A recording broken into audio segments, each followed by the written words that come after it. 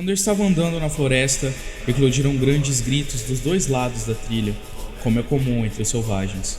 Mulheres bateram em mim, arrancaram meus cabelos e mostraram-me de modo ameaçador como pretendiam me comer.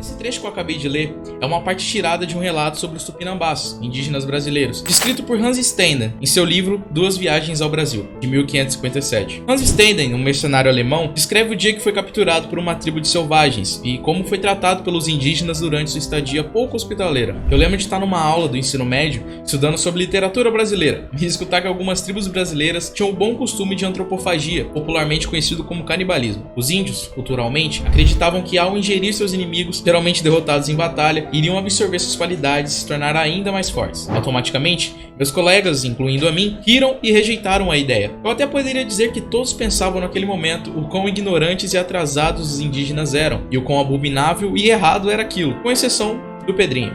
O Pedrinho disse: "Ó, pequenas grandes criaturas, por que são tão arrogantes?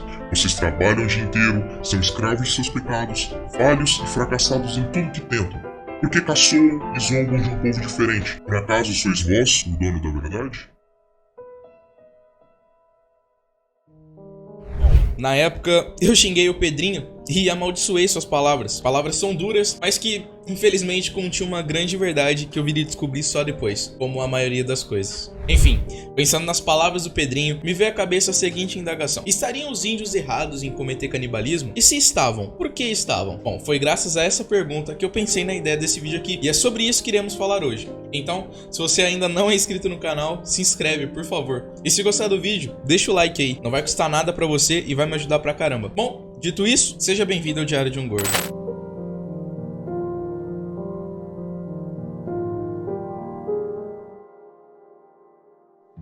Considere a seguinte situação.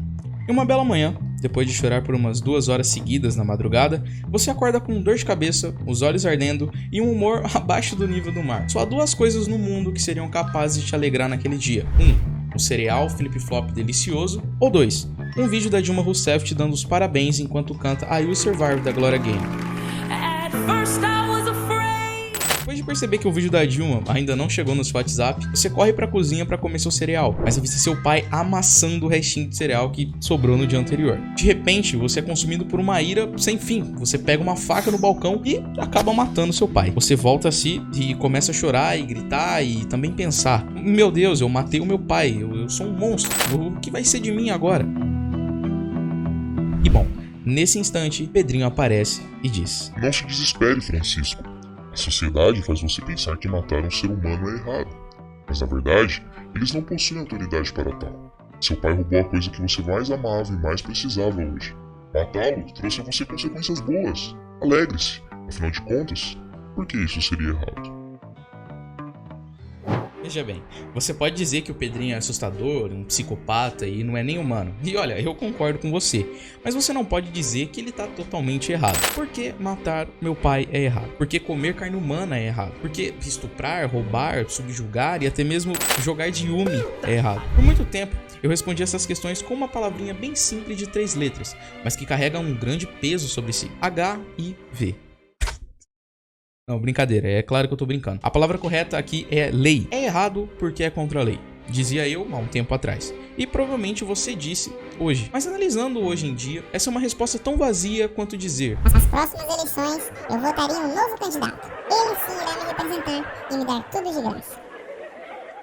Vamos lá, pesquisando um pouco sobre o que é lei, eu cheguei a 2 conclusões. Conclusão A é um conjunto de normas, ou seja, regras, estabelecida por pessoas melhores que você e sabem mais do que você. E conclusão B, advogados são vadias. As leis nada mais expressam o que a sociedade considera virtuoso e, se quebrado, passível de agressão. Isso não significa que é justo ou bom, mas é o que a sociedade decidiu. E você vai ter que aceitar. Ainda que nossas leis fossem universais, e com universal eu quero dizer, ainda que só existisse um país, por exemplo, com uma única lei, moeda e etc., a lei só traz punição a algum ato considerado errado por um bando de burocratas. O que tá na lei não necessariamente é o certo, e muito menos definitivo. Por exemplo, em alguns períodos da história humana, a lei dizia que um negro podia ser propriedade de alguém, e isso era totalmente legal e apoiado pela lei. E não precisamos ir tão longe assim na história para provar como algumas leis podem ser incrivelmente absurdas e burras. Ó, quer ver? Pesquisando rapidinho aqui algumas leis do Brasil que já entraram em vigor, eu achei algumas engraçadas. Ó, uma lei de 97, ela entrou em vigor em Minas Gerais, em Pouso Alegre. Ela multava em R$100 quem fizesse faixas e banners com erros gramaticais. É exatamente isso, erro de português virou crime. E a multa subia para R$500 se o erro fosse estampado em algum outdoor pela cidade. Ó, em 2007, as mulheres da cidade de Aparecida, no interior do estado de São Paulo,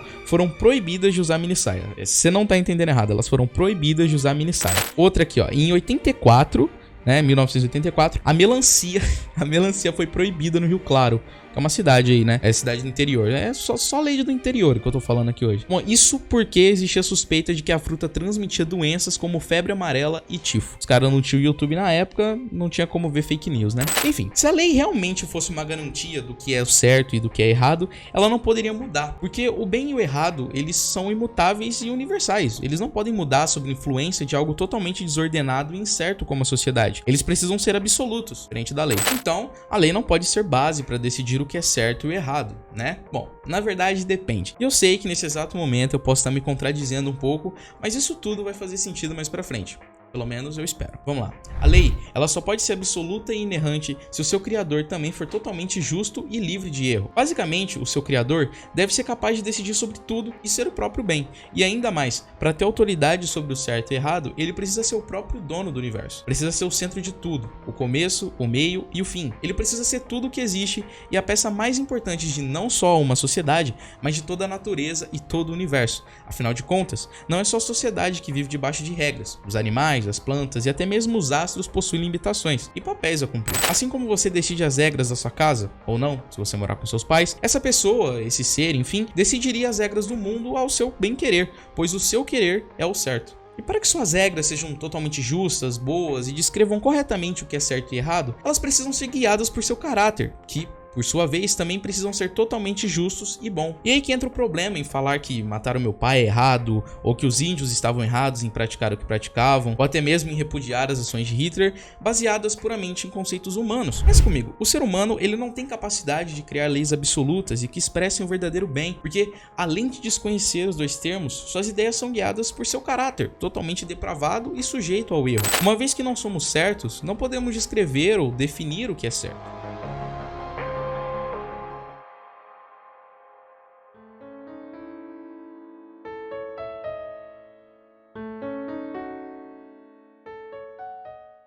Se Deus não existe, tudo é permitido. Essa é a frase-chave de Dostoiévski, um filósofo que viveu na Rússia, que provavelmente você já ouviu falar, e se ainda não ouviu, bom, ouviu hoje. Se você prestou atenção no que eu disse, deve ter considerado Deus como o criador do certo e errado, já que, na teoria, ele é o próprio bem e o autor de tudo. Isso, claro, baseado na minha visão de Deus, o Deus cristão. Eu sei que você está acostumado a ouvir falar de Deus por alguns pastores que condenam animes, jogos, ou pela sua mãe, que diz ser cristã, mas é um pouco racista e também homofóbico. Mas, se tem um conselho que eu posso te dar, é que a filosofia religiosa, a verdadeira, realmente pautada na Bíblia de forma correta, é não só maravilhosa, como também interessante. O Girolamo Zankin vai dizer que Deus, para ser perfeito, assim como descrito na Bíblia, seria necessariamente imutável, que não muda. Pois, para alguém mudar, ele precisa ou melhorar ou piorar. Por exemplo, se eu disser que Deus mudou para melhor, seria como dizer que ele não era perfeito antes. Só aquilo que não é perfeito necessita de aprimoramento. E se eu disser, por acaso, que ele mudou para pior, eu estaria dizendo que ele não é mais perfeito. Sendo assim,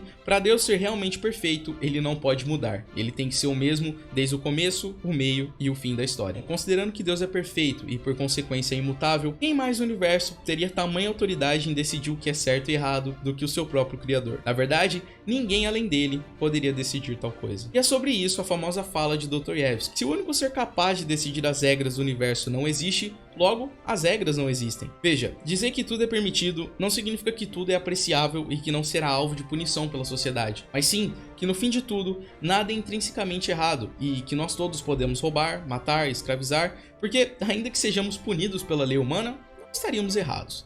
Não poderíamos ser julgados e nem mesmo condenados por humanos sem autoridade para com o certo e errado, pois, na ausência de um ser como Deus, não existe nada na natureza, além de invenções culturais, claro, que diga que estamos errados. Sem Deus, o mundo é um caos. Bom, enquanto eu escrevi esse roteiro, eu fiquei pensando em como exemplificar um mundo onde Deus não existe, e que suas ações ainda têm consequências, mas não necessariamente são julgadas como erradas e condenadas por alguém. E foi aí que veio a ideia de falar sobre Albion Online. E não, isso não é uma piada e nem mesmo uma propaganda. Quem dera se fosse. Eu comecei a jogar esse jogo mês passado, e apesar de ter dado uma parada agora, eu gostei muito do jogo e achei divertido demais a dinâmica dele. Primeiro, eu preciso dizer que o mundo de Albion ele é repleto de jogadores, bastante para travar em algumas vezes nas cidades principais, mesmo tendo um computador bom. Então, graças a isso, tudo nesse jogo é feito pelos próprios jogadores. Cada item no jogo, seja uma montaria, uma arma, um alimento, tudo foi craftado por alguém. Até mesmo os itens que dropam nas dungeons, que geralmente nesses jogos são feitos pelo próprio computador, são feitos pelo próprio jogo. O mercado ele também é regido pelos jogadores, o que faz o preço dos itens mudar completamente dependendo de quantos itens tem no mercado. Isso traz uma dinâmica bem legal pro jogo, adicionando aqui que às vezes uma arma fica muito forte para fazer dungeon e graças a isso tudo que tá atrelado a essa arma, como artefatos ou encantamentos que deixam ela mais forte, fica caro. E isso, cara, é simplesmente incrível. É o mais próximo de um anarcocapitalismo que eu já vi em algum jogo. Eu posso dizer tranquilamente que o mundo de Albion foi a experiência mais próxima de um mundo anárquico que eu tive. É claro que você possui limitações no jogo, como qualquer ser humano, mas você pode fazer o que você quiser e a hora que você quiser, inclusive matar, saquear e sacanear totalmente qualquer player do jogo. Sério, qualquer um, deixa eu te explicar. No Albion, nós possuímos 4 tipos de mapas: o azul, o amarelo, o vermelho e a black. Cada mapa possui sua particularidade. Por exemplo, o mapa azul, ele é considerado um mapa para iniciantes. Lá, se você morrer, você não perde nada. Os monstros também são bem fracos e geralmente não tem tanta utilidade para quem já progrediu um pouco no jogo. No mapa amarelo, começa a aparecer players identificados como PKs. Para quem já jogou Tibia, sabe que PK é uma abreviação de Player Killer, ou seja, um jogador hostil. Nesse mapa você pode escolher se é um jogador hostil ou não, e se você escolher ser pacífico, quase nunca irão te atacar, com algumas exceções. Mas mesmo se você morrer, você apenas perde durabilidade dos seus itens, podendo reparar depois por um preço na cidade. No mapa vermelho, as coisas começam a ficar interessantes. Aqui, qualquer player hostil pode te descer o cacete a hora que ele quiser, mesmo se você estiver pacífico. Caso você morra, você perde todos os seus itens equipados. Sim, todos os seus itens. Aqui na Red, as recompensas e as coletas são melhores que os anteriores, então tem uma recompensa em se arriscar. No mapa, também mostra a quantidade de players hostis presentes, o que pode te ajudar a não morrer. Na Black, a anarquia rola solta. Aqui todos os players são PKs, até mesmo você. Por conta disso, não tem como saber quantos players killers há no mapa, e acredite em mim, isso faz uma puta diferença. É onde você consegue os melhores drops e as melhores coletas, e por consequência, é onde você toma mais ganks, que é uma gíria bonita pra falar quando alguém vem te matar. E é graças a essa dinâmica que você pode escolher como vai ganhar dinheiro no jogo. Você pode ser uma pessoa normal, ficar craftando, pescando, criando animais, fazer dungeons, guerras de facções, ou ser um psicopata e gastar seu tempo gankando as pessoas e coletando coletor. E pra quem já joga algo há um tempo, sabe que é o melhor tipo de coleta. Ninguém irá te punir por fazer essas coisas, nem mesmo te julgar. Quer dizer, às vezes sim. Veja, o interessante é que seus atos ainda têm consequências. Se você atacar um player, provavelmente vai ser atacado de volta. Os jogadores montam grupos, guildas e estratégias para não morrer. E se você comprar uma briga que você não pode ganhar, provavelmente vai perder seus itens. Mas ninguém irá te punir ou te julgar diretamente por suas ações. Afinal de contas, quem decide o que é certo e errado?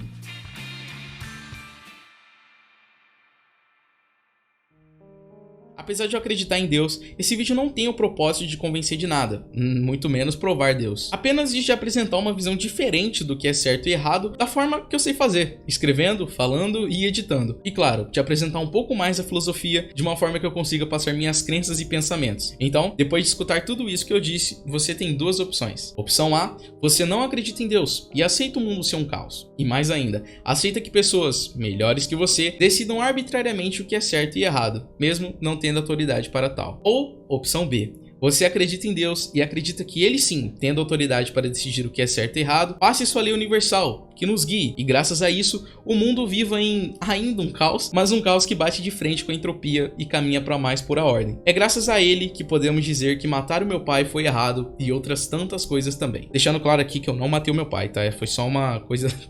Tem que avisar, né? Porque, sei lá. Bom, esse foi o vídeo. e ele deu muito trabalho. Eu tentei dar um carinho muito especial na edição pra ficar o mais interativo possível e conseguir, honestamente, dar uma contornada no roteiro que talvez tenha ficado um pouco confuso. Eu espero que você tenha gostado, e se gostou, mais uma vez, lembra de deixar o like aí, vai me ajudar pra caramba. E se você tem algo a acrescentar a esse pensamento maluco meu, deixa aí nos comentários, pô, eu vou responder todos. Caso você queira saber alguma música que eu utilizei nesse vídeo, eu vou deixar o canal do meu amigo que é músico, porque faz 2 vídeos que eu uso música que ele compôs e nada mais justo que vocês conhecerem ele também. Acho que é isso, até o próximo vídeo, que sinceramente eu não sei quando vai ser, mas pensando muito positivo, em breve. Eu espero que você tenha gostado mais uma vez, e é isso.